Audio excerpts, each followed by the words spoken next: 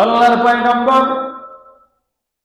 হযরত মুসা আলাইহিস সালাম ওই বনি ইসরাইল সম্প্রদায়কে আল্লাহর পক্ষ থেকে জানায় দিলেন, মুসা আলাইহিস সালাম আল্লাহর কাছে ফরিয়াদ করেন, মালিক রে, আমার উম্মতের মধ্যে দুই গ্রুপের মধ্যে সংঘর্ষ বেঁধে যায়, এখন মারামারি হবে, রক্তকরণ হবে। আল্লাহ তুমি এর আসল রহস্যটা তুমি জানায় দাও। আল্লাহ তাআলা বললেন, وَإِذْ قَالَ مُوسَى لِقَوْمِهِ إِنَّ اللَّهَ يَأْمُرُكُمْ أَن تَذْبَحُوا بَقَرَةً।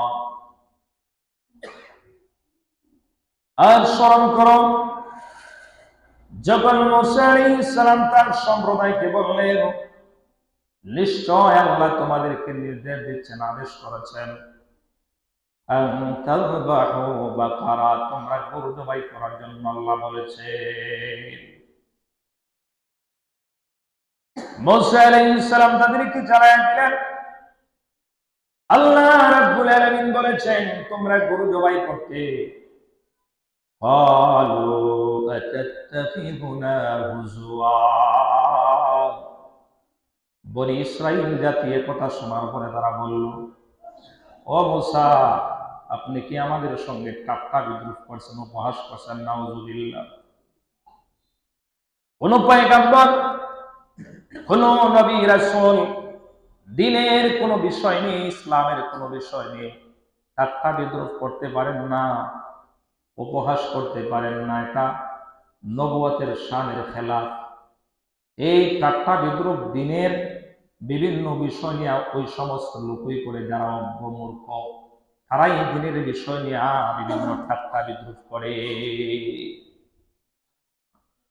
قال أعوذ بالله أن أكون من الجاهلين।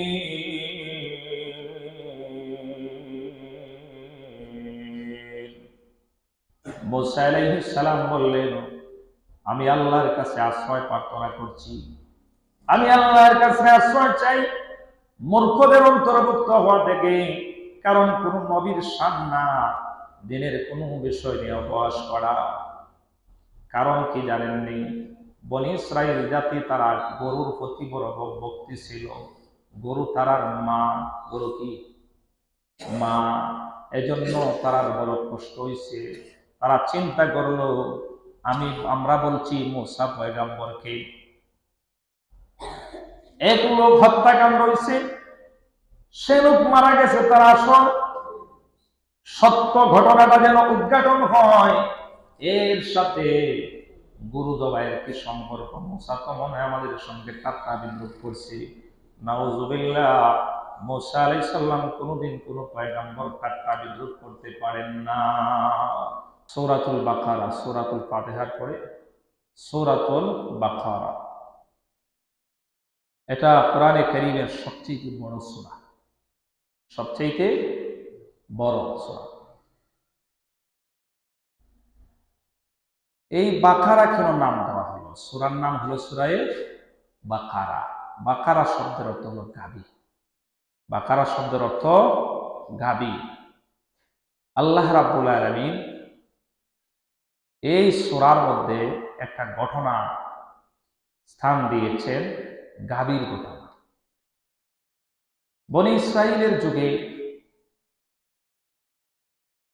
বনি ইসরাইলের প্রতি আসলে আল্লাহ রাব্বুল আলামিন যুগে যুগে অনেক রাসূল প্রেরণ করেছিলেন। একজন রাসূল না, অনেক রাসূল।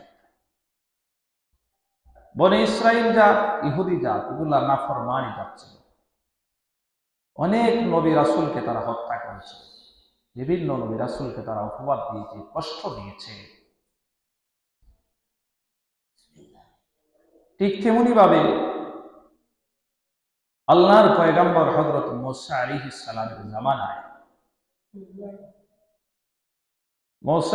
সালামের জামানায় এক ব্যক্তি ছিল, তার নাম ছিল আমির। ওই লোকের একজন সুন্দরী একজন মেয়ে ছিল, কোনো পুত্র সন্তান ছিল না, একটা মাত্র মেয়ে। লোকও খুব ধনী। ওই লোকের আবার একজন ভাতিজা ছিল, মাতুসপুত্র। ওই ভাতিজা ছিল গরিব। ওই ভাতিজা চাচার কাছে প্রস্তাব দিল তার চাচাতো বোনকে বিয়ে করার জন্য, কিন্তু চাচা সে অস্বীকার করলো, না, তোমার কাছে আমার মেয়েকে বিবাহ দিব না। এত গরিব ছিল যে তার ভাতিজা সে মানুষের বাড়িতে বাড়িতে নিয়ে পানি বহন করে দিত, কিছু টাকা পয়সা যাওই পাইতো, সে চলত। সে চিন্তা করলো, আমি যদি আমার চাচাতো বোনকে বিয়ে করতে পারি, চাচা যদি বিয়ে দিতেন, তাহলে তো আমি একদিকে আমার চাচাতো বোন সৌন্দর্য, আর একদিকে আমি এই সম্পত্তির মালিক হতাম। চাচা মারা গেলে সম্পত্তির মালিক আমি হতাম। চাচা সে নারাজ, অসন্তুষ্ট ভাতিজার প্রতি, না, তোমার কাছে আমার মেয়েকে বিবাহ দিব না। তাই জন্য দুই গ্রামের লোকের মধ্যে আগেই বিরোধ ছিল। গ্রামে গ্রামে বিরোধ লাগে না, একটা বিরোধ ছিল। এক গ্রামের লোক তারা সন্ধ্যার সময় তারা একটি এরিয়া দেয়, আগে থেকে একটা এরিয়া দিয়ে রাখলো। দুই এলাকায় ঝগড়া হওয়ার পরে অনেক কয়েকদিন পর পরই মনে করে ঝগড়া লাগে। এক গ্রামের লোক মনে করলো, এদের সাথে আমরা কথাই বলবো না, যেহেতু কয়েকদিন পর পর একটা মারামারি, আমরা একটা এরিয়া দিয়ে দিব। ওয়ালই দিছে বা একরকম একটা এরিয়া দিয়ে দিছে, বিশাল একটা এরিয়া দিছে। তো সন্ধ্যার সময় ওই গ্রামের লোকেরা তারা রাত্রিবেলায় ঘরের বাহিরে আর যাইতো না, তারা সন্ধ্যার সময় গেট লাগাই রাখত। ওই ভাতিজা সে নিজে চিন্তা করলো যে চাচা যেহেতু আমার চাচাতো বোনকে আমার কাছে বিয়ে দিবে না, সম্পত্তিরও মালিক হইতে পারতাম না, তাহলে একটা চিন্তা করি, আমি আমার চাচাকে আমি হত্যা করে দিই।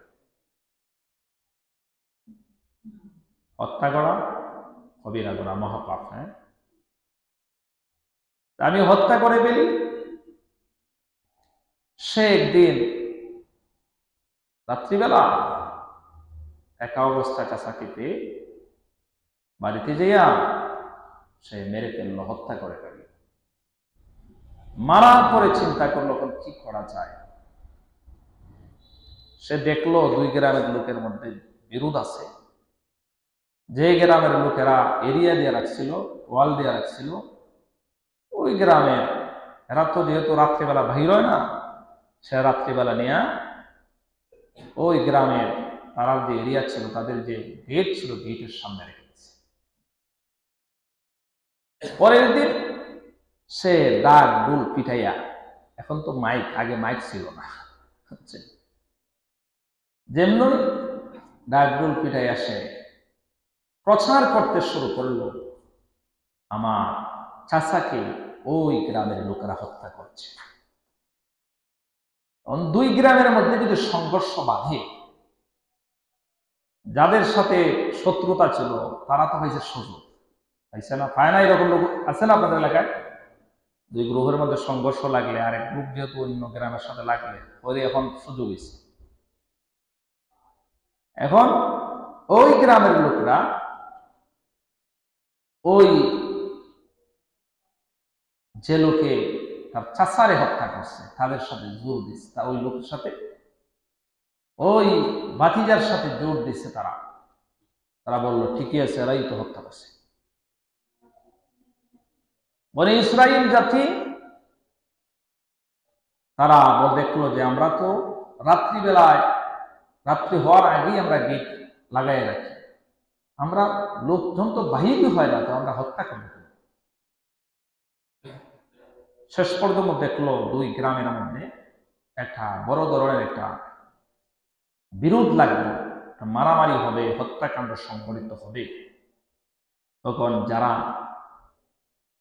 গেট লাগাই রাখতো যে গ্রামের লোকেরা, তারা তখনকার জমানার পয়গম্বর হযরত মুসা আলাইহিস সালামের কাছে তারা যাইয়া বলল, হে আল্লাহর পয়গম্বর, এই অবস্থা, এই পরিস্থিতি, আমরা তো আগে থেকে আমাদের গেটগুলা রাত্রিবেলা লাগাই রাখি, কে বা কারা হত্যা করছে আমরা তারা কসম কাটে, কে বা কারা হত্যা করছে এবং আমাদের উপর দায় চাপাইছে, দোষ চাপানোর জন্য এরকম ঘটনা ঘটাইছে।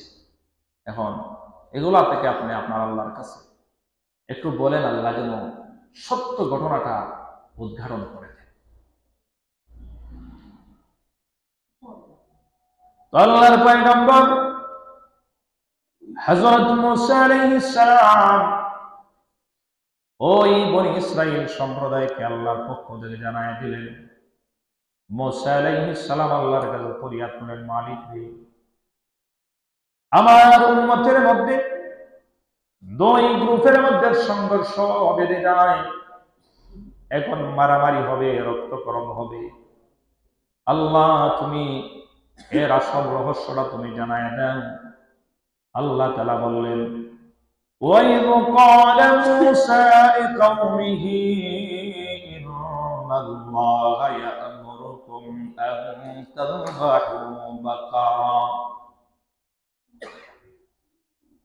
আর স্মরণ করো, যখন মুসা আলাইহিস সালাম তার সম্প্রদায়কে বললেন, নিশ্চয় আল্লাহ তোমাদেরকে নির্দেশ দিচ্ছেন, আদেশ করেছেন, আন তাযবাহু বাকারা, তোমরা গরু জবাই করার জন্য আল্লাহ বলেছেন। মুসা আলাইহিস সালাম তাদেরকে জানায় দিলেন, আল্লাহ রাব্বুল আলামিন বলেছেন তোমরা গরু জবাই করতে। ক্বালু আতাত্তাখিযুনা হুজুয়া, বনি ইসরাইল জাতি কথা শোনার পরে তারা বলল, ও মুসা, আপনি কি আমাদের সঙ্গে ঠাট্টা বিদ্রুপ করছেন, উপহাস করছেন? নাউযুবিল্লাহ। কোন পয়গম্বর, কোন নবী রাসূল দ্বীনের কোন বিষয় নেই, ইসলামের কোন বিষয় নেই ঠাট্টা বিদ্রুপ করতে পারেন না, উপহাস করতে পারেন না। এটা নবুয়তের শানের খেলা।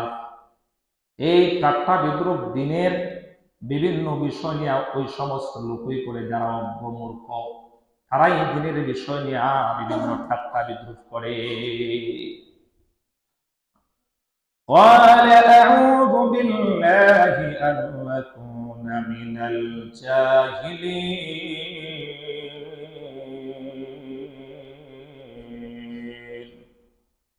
মুসা আলাইহিস সালাম বললেন, আমি আল্লাহর কাছে আশ্রয় প্রার্থনা করছি, আমি আল্লাহর কাছে আশ্রয় চাই মূর্খদের অন্তর্ভুক্ত হওয়া থেকে। কারণ কোন নবীর শান না দ্বীনের কোনো বিষয় নিয়ে উপহাস করা। কারণ কি জানেননি? বনি ইসরাইল জাতি তারা গরুর প্রতি বড় ভক্তি ছিল। গরু তারার মা, গরু কি মা, এজন্য তারার বড় কষ্ট হয়েছে। তারা চিন্তা করলো, আমরা বলছি মুসা পয়গম্বরকে এক লোক হত্যাকাণ্ড হয়েছে, সে লোক মারা গেছে, তার আসল সত্য ঘটনাটা যেন উদ্ঘাটন হয়, এর সাথে গুরু জবাইয়ের কি সম্পর্ক? মুসা তো মনে হয় আমাদের সঙ্গে ঠাট্টা বিদ্রুপ করছে। নাউযুবিল্লাহ। মুসা আলাইহিস সালাম কোনোদিন কোনো পয়গম্বর ঠাট্টা বিদ্রুপ করতে পারেন না। এই কথা শোনার পর তাদের বড় কষ্ট হয়েছে, গরু কেমন এখন আমরা জব করি। قال ادع لنا ربك يبين لنا ما هي قال إنه يقول إنها بقرة لا فارض ولا بكر عوان بين ذلك فافعلوا ما تؤمرون।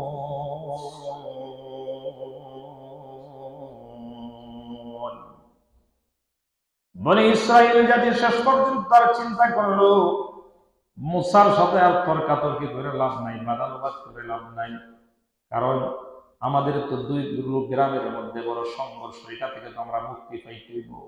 যেহেতু আমরা ওই লোককে হত্যা করছি না, আমাদের দিল তো বড় সাদা, কিন্তু জাতি তো তারা নাফরমানি জাতি ছিল। মুসা পয়গম্বরের সঙ্গ তারা পক্ষ বেঁধে যেত। শেষ পর্যন্ত তারা মুসা আলাইহিস সালামের কাছে এসে বলল, আচ্ছা গরু তো দেখতে আমাদের কাছে সব একরকম মনে হয়, কি রকম গরু হইতো, গরুর রূপটা কি রকম হইতো, তুমি তোমার মালিকের কাছে জানায় দাও, বলে দাও তিনি যেন আমাদেরকে স্পষ্ট জানায় দেন। মুসা আলাইহিস সালাম আল্লাহর কাছে বললেন, আল্লাহ বললেন, ক্বালু দু'ু লানা রাব্বাকা ইউবায়্যিন লানা মা হি।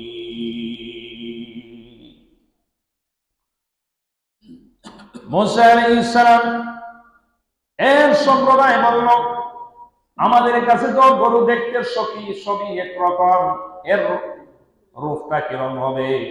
ক্বালা ইন্নাহু ইয়াকুলু ইন্নাহা বাকারাতুন লা ফারিদুন ওয়ালা বিক।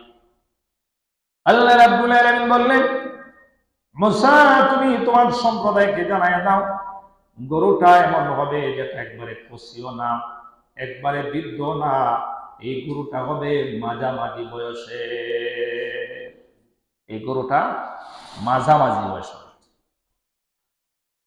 আওয়ানুম বাইনা যালিক ফাফআলু মা তুমারুন।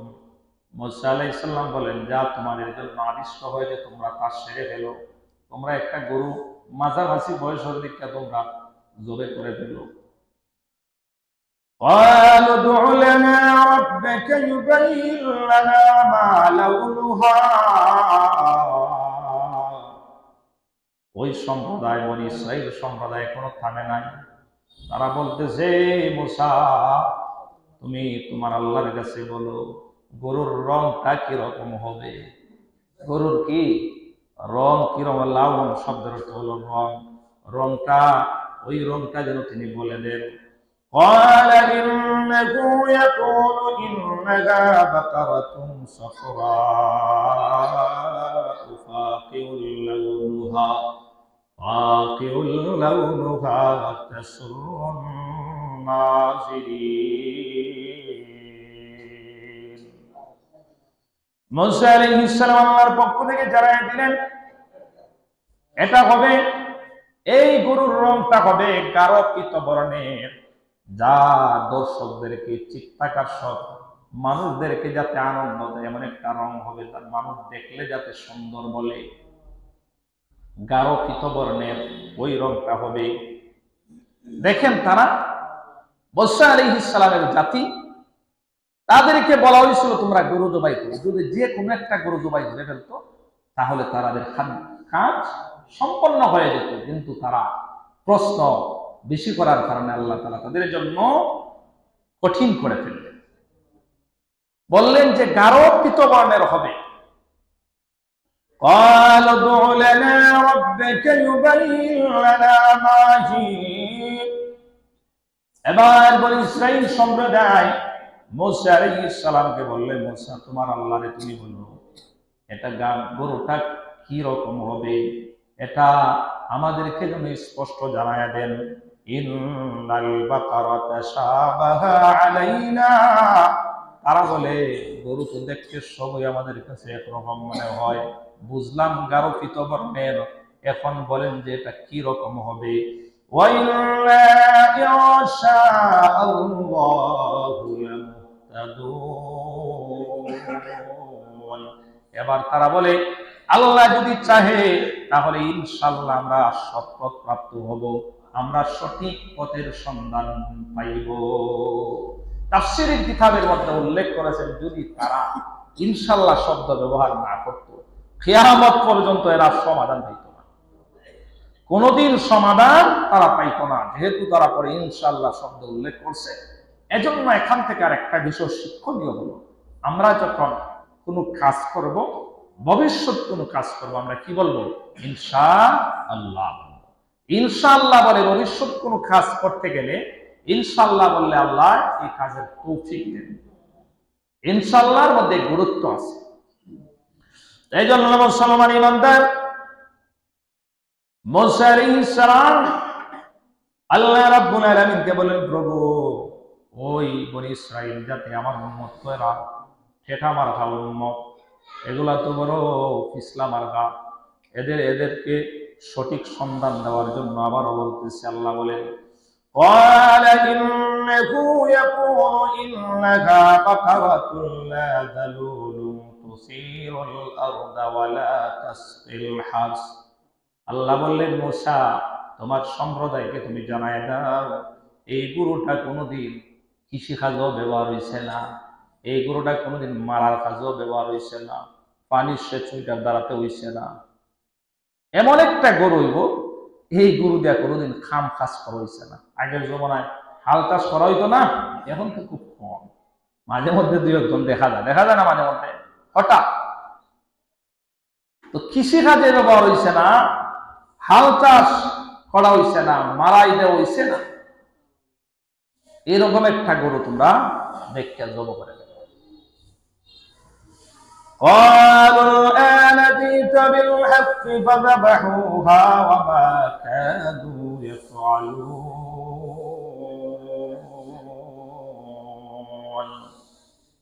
মুসা আলাইহিস সালাম ওনার সম্প্রদায়কে বললেন, তোমরা যেমন একটা গরু জবাই করবে যেটা কোনো কৃষিকাজেও ব্যবহার হয়েছে না, মারার কাজেও ব্যবহার হয়েছে না, পানির সেচের কাজেও ব্যবহার হয়েছে না, তখন তারা বলল, মুসা এখন তুমি সত্য আনয়ন করছো, এখন আমাদের মন মত হইছে।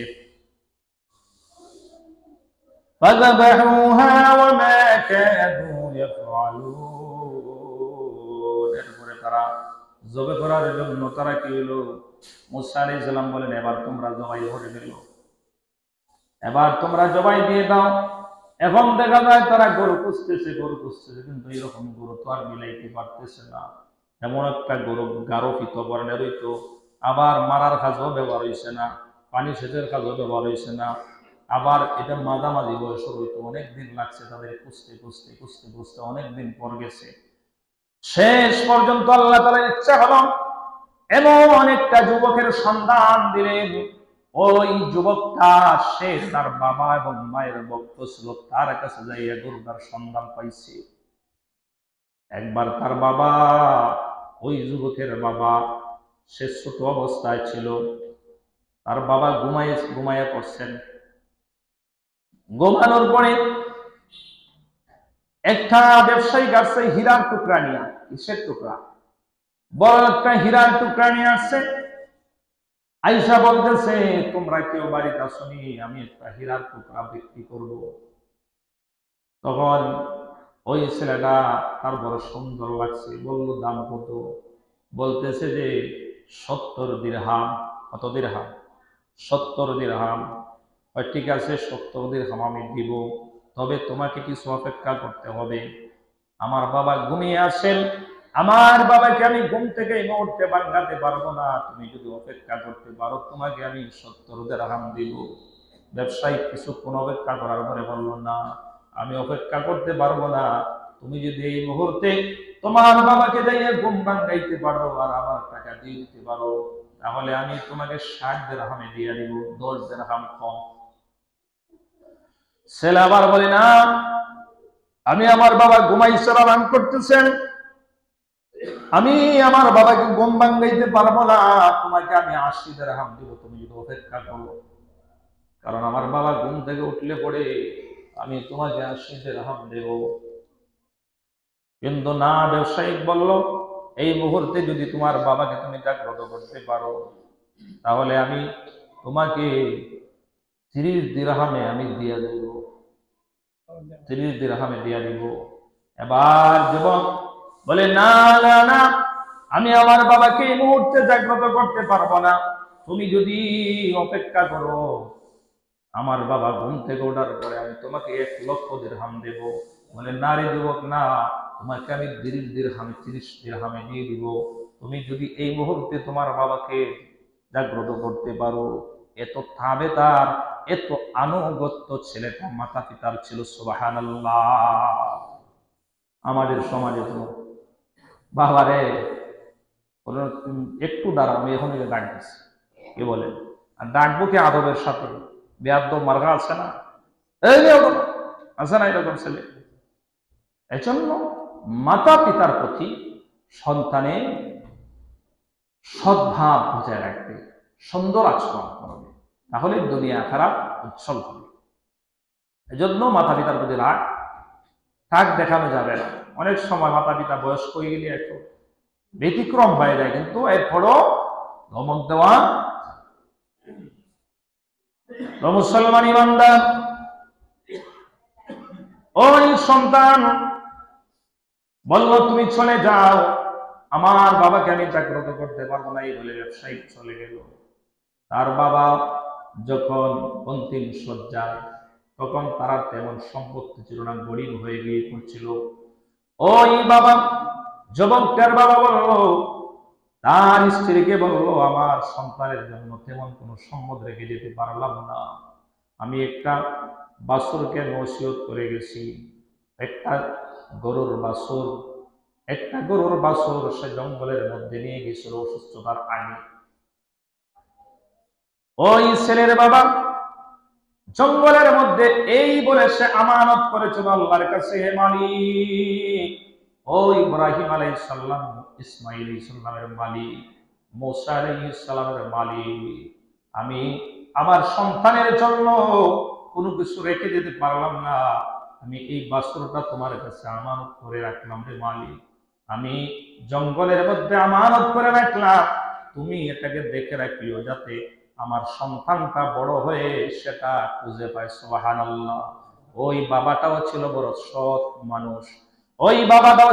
সৎ মানুষ, এই বলে সে জঙ্গলের মধ্যে রেখে গিয়েছিল। ওই বাছুরটা, ওই গরুটা সে ইচ্ছা মতো জঙ্গলের মধ্যে খাবার ঘাস খেতে লাগলো। যদি মানুষ দেখতো তাহলে দৌড়ে সে আড়ালে চলে যেত, মানুষ দেখলে দৌড়ে আড়ালের মধ্যে চলে যেত। ওই গরুটাকে মানুষ সুন্দরী গরু হিসাবে চিনত, সোনালী গরু হিসাবে এক নামে তারা ডাকত।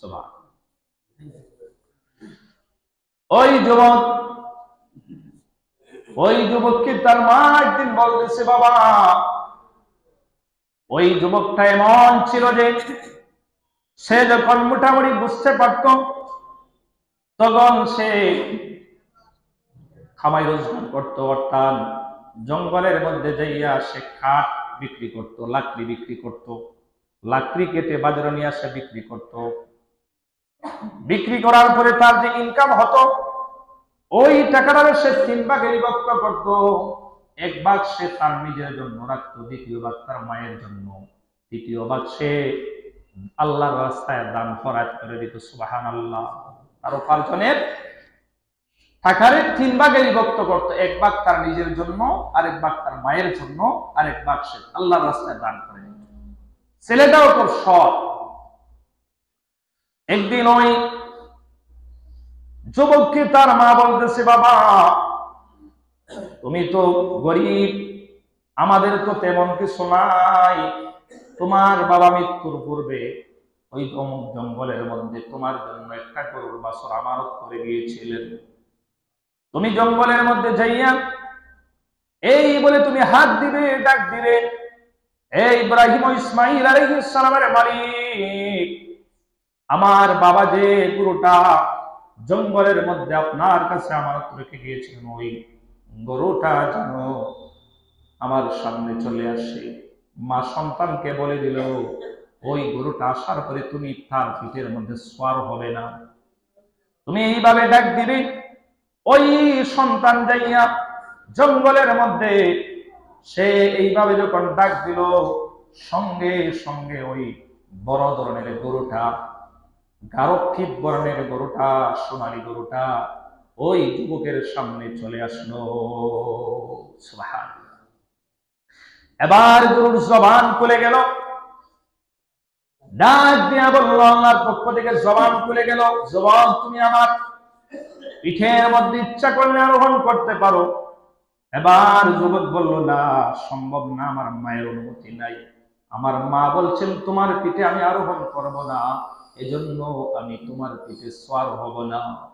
এবার গুরু ডাক দিয়া বলে, রে যুবক, আমার কথায় যদি তুমি আরোহণ করতে তাহলে আমি তোমার বাধ্য হইতাম না। তুমি তোমার মায়ের সাথে এত মধুর ব্যবহার করার কারণে, মায়ের আনুগত্য হওয়ার কারণে তোমার এত মর্যাদা হয়েছে। এই মুহূর্তে যদি তুমি আমি গুরুকে না, এই মুহূর্তে যদি তুমি ওই পাহাড়টাকে যদি বলো তোমার সাথে চলে যাওয়ার জন্য, ওই পাহাড়টা তোমার সাথে সাথে চলে যাওয়ার জন্য বাধ্য। আল্লাহ তোমার এত মর্যাদা বাড়াই দিয়েছেন। সুবহানাল্লাহ। এবার যুবকটা গুরুকে নিয়ে মায়ের কাছে গেল। মা, আমি গুরু নিয়ে এসেছি। মা বলল, বাবা, তুমি 6 দিরহাম তোমার সাব্যস্ত করে তুমি গরুটা বিক্রি করতে পারবে, তবে বিক্রি করার আগে আমাকে একটু পরামর্শ করিও, আমার অনুমতি নিও। এবার একজন ফিরিস্তা মানুষের বেশে আসলেন। মানুষ রবি ফেরেশতা আসে তার কাছে, বললেন, হে যুবক, তোমার গরুর দাম কত? যুবক বলে, আমার গরুর মূল্য হলো 6 দিরহাম, তবে শর্ত হলো আমার মায়ের কাছ থেকে আমার অনুমতি নিয়ে আসতে হবে। এবার ফেরেশতা মানবরূপী ফেরেশতা বললেন যে, তোমার মায়ের অনুমতি নেওয়ার প্রয়োজন নেই। 6 দিরহামের পরবর্তীতে আমি তোমাকে 12 দিরহাম দেব, আমাকে বিক্রি করে দাও আমার কাছে। যুবক বলে, না না, আমার মায়ের কাছে আমি জিজ্ঞাসা করতে হবে। এবার যুবক তার মায়ের কাছে চলে যায়। মা, অমুক লোক আমাকে বলেছিল যে 6 দিরহামের পরিবর্তে 12 দিরহাম দেবে, আমি বিক্রি করি নাই। মা, আমি বলছি তোমার অনুমতি দিতে। মা বলল, উনি মনে হয় আল্লাহর ফেরেশতা হবেন। এবার তুমি আবার যদি ওনার সাথে দেখা হয় তাহলে তুমি বলবে কত দিরহামে বিক্রি করতে পারি। এবার আরেকবার ওই ফেরেশতা মানবরূপী ফেরেশতার সাথে দেখা হয়ে গেল। ফেরেশতা বললেন, এবার তুমি কত দিরহাম বিক্রি করবে? ছেলে বলল, 12 দিরহাম। শর্ত হলো আমার মায়ের অনুমতি নিতে হবে। বলে, না, তোমার মায়ের অনুমতি নেওয়ার প্রয়োজন নাই, তোমাকে আমি 24 দিরহাম দিব। বলে, না না। এবার ফেরেশতা বললেন, রে যুবক, তুমি যদি তোমার মায়ের অনুমতি ছাড়া যদি এই গরুটা বিক্রি করে দিতে তাহলে এত মূল্য তুমি পাইতে না। তবে তুমি শুনে রাখো, এই লোকটা যুবকটা বলতেছে, আমার মা বলছেন আপনি নাকি ফেরেশতা, আপনি যদি ফেরেশতা হয়ে থাকেন তাহলে আমি কত মূল্যে বিক্রি করব গরুটা। এবার ফেরেশতা জানাই দিলেন, এখন তুমি বিক্রি করবে না, কিছু অপেক্ষা করো। বনি ইসরাইলের একদল লোক তারা গরু খুঁজতেছে। তোমার গরুর মধ্যে সমস্ত সমস্ত রং সরব সবকিছু এই গরুর মধ্যে আছে। যে গরুটা তারা খুঁজতেছে তুমি বিক্রি করবে, তুমি বিক্রি করবে এই গরুর জবে করার পরে সামরা ভর্তি পরিমাণ, সামরায় যেই পরিমাণ স্বর্ণ মুদ্রা করবে এই পরিমাণ মূল্য তুমি চাইবে, ওই পরিমাণ মূল্যে তুমি তাদের কাছে বিক্রি করবে, এর কম তুমি কিছুতেই বিক্রি করবে না। এবার ওই যুবক মায়ের কাছে যাইয়া বলে, মা, ফেরেশতা বলেছেন যে সাম্রাবর্তী স্বর্ণ মুদ্রা পরিমাণ বনি ইসরাইলের এক দল আসতেছে তাদের কাছে বিক্রি করার জন্য। মা বলল, ঠিক আছে বাবা, তবে বিক্রয়ের আগে আমার অনুমতি নিয়ে নিও। সুবহানাল্লাহ। এজন্য বনি ইসরাইলের লোক এরা কিছুদিন পর দেখা যায় মুসা আলাইহিস সালাম যে গরুর কথা বলছেন একবারে অদ্ভুত এই গরুর সাথে মিল আছে। এবার তারা বলল, তোমার গরুর দাম কত? তো যুবক বলল, আমার গরুর মূল্য হলো, এই গরু জবাই করলে চামড়া পরিমাণ যে পরিমাণ স্বর্ণ মুদ্রা ধরবে এই পরিমাণ সমমূল্য দিতে হবে। তারা বলল, গরু তো এটা মনে করেন 100 দিরহাম, না তোমাকে 3 গরুর দাম দিব, চলবে? বলে না। শেষ পর্যন্ত তারা মুসা আলাইহিস সালামের কাছে গেল, যাইয়া বলল, ওই যুবক তো এত ছড়া দাম চায়, তাদের তো আসল উদ্দেশ্য কিনা না। মুসা আলাইহিস সালাম বললেন, যাও, যুবক যেই পরিমাণ মূল্য চায় সেই পরিমাণ দিয়ে তোমরা সমাধান করতে হবে, না হয় তোমাদের যে 2 গ্রামের মধ্যে যে মারামারি তা বন্ধ হবে না, এটা আল্লাহর হুকুম, তোমরা এটাই কিনে নেও। এই জন্য শেষ পর্যন্ত তারা নিরুপায় হয়ে এই যুবক বিক্রয়ের আগে মায়ের কাছে জিজ্ঞেস করলো, মা বললো এবার তুমি বিক্রয় করে ফেলো। তখন তারা এই গরুর চামড়ায় যে পরিমাণ স্বর্ণ মুদ্রা ধরে পরিমাণ মূল্যে কিনে নিল। কিনে নেওয়ার পরে হযরত মুসা আলাইহিস সালামের কাছে তারা গেল গরু কিনে। মুসা আলাইহিস সালাম বলেন জবাই করো গরু। জবাই করার পরে এই গরুর একটা অংশ দিয়া তোমরা ওই মৃত ব্যক্তিকে স্পর্শ করাও, আঘাত করো। আঘাত করলে পরে দেখবে ওই যুবক জীবিত হয়ে যাবে। ওই লোকটা জীবিত হয়ে সে বলবে তাকে কি হত্যা করেছে। সুবহানাল্লাহ। এখানে দুইটা বিষয়, একটা হলো বনী ইসরাইলের জাতির নাফরমানির বিষয়টা এই ঘটনায় উল্লেখ করা হয়েছে। দ্বিতীয় বিষয়টা হলো পরকালে যে আল্লাহ পাক ওই বনী ইসরাইল তো উলটপালট জাতি, এরা অনেক নবী রাসূলকে কষ্ট দিয়েছে, এজন্য আল্লাহ দেখাইতে চাইলেন, দেখ তোমরা তো পরকালকে বিশ্বাস করো না, আল্লাহ কিভাবে তোমাদেরকে আবার আসরের মাঠে তোমাদেরকে একত্রিত করবে। এখন তোমরা দুনিয়াতে ঘটনাটা দেখে ফেলো। তখন বনী ইসরাইল জাতি তারা গরু জবাই করলো। গরুর একটা অংশ দ্বারা মৃত ব্যক্তিকে আঘাত করলো। আমির নামক ব্যক্তিকে আঘাত করার সঙ্গে সঙ্গে সে জীবিত হয়ে বলল, আমাকে আমার ভাতিজা বাতুসপুত্র আমাকে হত্যা করেছে। এই বলে সে আবার মৃত্যু কোলে পড়ে ধরে পড়লো, আবার মৃত্যু হয়ে গেল। আল্লাহ বনী ইসরাইল জাতিকে শুধু না, গোটা বিশ্ব মানব জাতিকে কিয়ামত পর্যন্ত এই ঘটনা দ্বারা শিক্ষণীয় বিষয় বুঝাইতে চান যে দেখো আমি আল্লাহ বনী ইসরাইলের ঘটনা দুনিয়ার মধ্যে, আমি আখিরাতে আল্লাহ তোমাদেরকে উঠাইতে সক্ষম। সুবহানাল্লাহ। তো এজন্য মুসলমান ইমানদার, এখন দেখেন না দেশের মধ্যে যে অবস্থা, এই যে চিন্ময় দাস প্রভু ইসকনের যে লিডার, সে এই দেশের বিরুদ্ধে রাষ্ট্রদ্রোহী কথা বলে। রাষ্ট্রদ্রোহী কথা বলার কারণে সে বাংলাদেশের পতাকার পাশাপাশি সে আরেকটা পতাকা উঠাইছে। এজন্য তাকে রাষ্ট্রদ্রোহী মামলায় তাকে আটক করা হয়েছে। তো সেদিন সোমবারে তার জামিনের কথা ছিল, বিচারক নাকচ করেছেন, জামিন নামঞ্জুর করেছেন। তার বক্তারা এসে এখানে আদালতের মধ্যেই বিভিন্ন, তারা রাস্তার মধ্যে শুয়ে আছে, যাইতে দিবে না, দফায় দফায় পুলিশের সাথে তাদের সংঘর্ষ। শেষ পর্যন্ত একজন আইনজীবীকে উনি একা হয়ে পড়ছিলেন, ওনাকে নিয়ে জবাই করে ফেলেছে। ঘটনা অনেকে তো দেখছেন।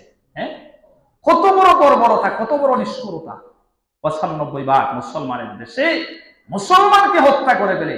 এই সমস্ত জঙ্গি সংগঠন ইসকনকে নিষিদ্ধ ঘোষণা করতে হবে, এটা হলো আমাদের মুসলমানের দাবি। সরকার আমাদেরকে নিষিদ্ধ ঘোষণা করে। এই ইসকন, এটার প্রতিষ্ঠাতা হলো নিউ ইয়র্কে, আমেরিকায় ১৯৬৬ সালে। এটা ইসরায়েল জাতি, ওই যে বনী ইসরায়েল জাতির ঘটনা বললাম, এটা ইহুদিদের কালচার, ইহুদিরা এটা তৈরি করছে। এরা ইহুদিরা তৈরি করে, তারা ভারতে এটা হলো আস্থানা বেশি। প্রথম হিন্দুরা এর বাধা দিয়েছিল, তাদের যেহেতু ধর্ম নিয়ে কি করে, শেষ পর্যন্ত ভারতের হিন্দুরা ইসকনদের সাথে মিলিয়ে গেছে। তাদের উদ্দেশ্য হলো যে মুসলমান কিভাবে নিধন করা যায়, মুসলমান কিভাবে নিধন করা যায়, ইসলামকে কিভাবে থামানো যায়। এজন্য বাংলাদেশের মধ্যে এই সংগঠনটা আলেম ওলামা এটা অনেক আগ থেকেই চিল্লাচিল্লি করছেন, মাঠে ময়দানে যে ইসকনকে নিষিদ্ধ ঘোষণা করা হোক, এই কথা কেউ শুনে নাই। এখন চিন্তা করছেন কি পর্যন্ত ঘটনাটা গড়াইছে, তারা প্রকাশ্যে মুসলমানদেরকে জবাই করে যাচ্ছে। একজন আইনজীবীকে, সাইফুল ইসলাম আলিফ, আল্লাহ পাক এই ভাইকে যেন জান্নাতুল ফেরদাউস দান করেন, সকলে বলেন আমিন। মুসলমান সজাগ থাকতে হবে। এই দেশকে নিয়ে, জাতিকে নিয়ে, মুসলমানকে নিয়ে এই দালালরা সিনেমিনে কাটছে। ইসকনদের সহযোগী ও মুসলমানদের মধ্যে কিছু দালাল ঢুকে পড়েছে, তাদের আস্কারা ওই সমস্ত হতে যাচ্ছে। এজন্য সজাগ থাকতে হবে। দেশের পরিস্থিতি তেমন ভালোর দিকে যাচ্ছে না। একদল আছে কিভাবে দেশকে ধ্বংস করা যায়, দেশের মানুষকে, ইসলাম কিভাবে ধ্বংস করা যায়। আল্লাহ পাক যেন আমাদেরকে সজাগ দৃষ্টি রাখার তৌফিক দেন, সকলে বলেন আমিন। এজন্য এই হিন্দুরাও দেখা যায় তারাও ইসকনদের সাথে তাল মিলায়া, অথচ মুসলমানের দেশে থাইকা মুসলমানের উপর দেখা যায় নির্যাতন। অথচ 5ই আগস্টের পরে আপনারা দেখেছেন যে মাদ্রাসার ছাত্ররা তারা মন্দির পাহারা দিয়েছে যাতে হিন্দুদের কোনো ক্ষতি না হয়, তাদের দেবতার যাতে ক্ষতি না হয়। পরের দিন সকালবেলা রাস্তায় রাস্তায় মুসলমান এই মাদ্রাসার ছাত্ররা রাস্তায় নামাজ পড়ছে। আমরা দিব মন্দির পাড়া আর তোমরা মুসলমান জবাই করবে, তোমরা মসজিদ ভেঙে ফেলবে, এটা তো কখনো বরদাস্ত হয় না। এই আদালত পাড়ায় আদালতের মধ্যে মসজিদের গ্লাস টাস ভেঙে ফেলছে, সেটি কত বড় স্পর্ধা তাদের। এজন্য সবাই সজাগ দৃষ্টি রাখবেন, কোন অপসংস্কৃতি যেন কোন দালাল জমাই সমস্ত অপ্রীতিকর ঘটনা না ঘটাতে পারে, সজাগ থাকবেন তো ইনশাআল্লাহ। আমরা তো খালি শুধু জামাই আদর করি, যে তাদেরকে মনে করি যে মনে হয় তারা বলি যে কি সাম্প্রদায়িক সম্প্রীতি বলি আমরা, কিন্তু তারা তো দেখা যায় এখন আমাদের উপর নির্যাতন শুরু করে দিচ্ছে। অতীতে আপনারা দেখছেন না আলেম ওলামার উপর কি নির্যাতন হয়েছে? কেউ কি আলেম ওলামার এভাবে জবাই করছে কেউ? একজনে যদি সে রাষ্ট্রের বিরুদ্ধে রাষ্ট্রদ্রোহিতা মামলায় তাকে গ্রেপ্তার দেখানো হয়, এজন্য কি মুসলমান জবাই করতে হবে? এটা কখনো মুসলমান মেনে নিবে না। এজন্য মুসলমান ইমানদার দেশের জন্য, জাতির জন্য, মুসলমানের জন্য দোয়া করবেন আর সবাই সজাগ দৃষ্টি থাকবেন। এই বলে আমার সংক্ষিপ্ত আলোচনা শেষ করলাম। ওয়া আখিরু দাওয়ানা আলহামদুলিল্লাহি রাব্বিল আলামিন।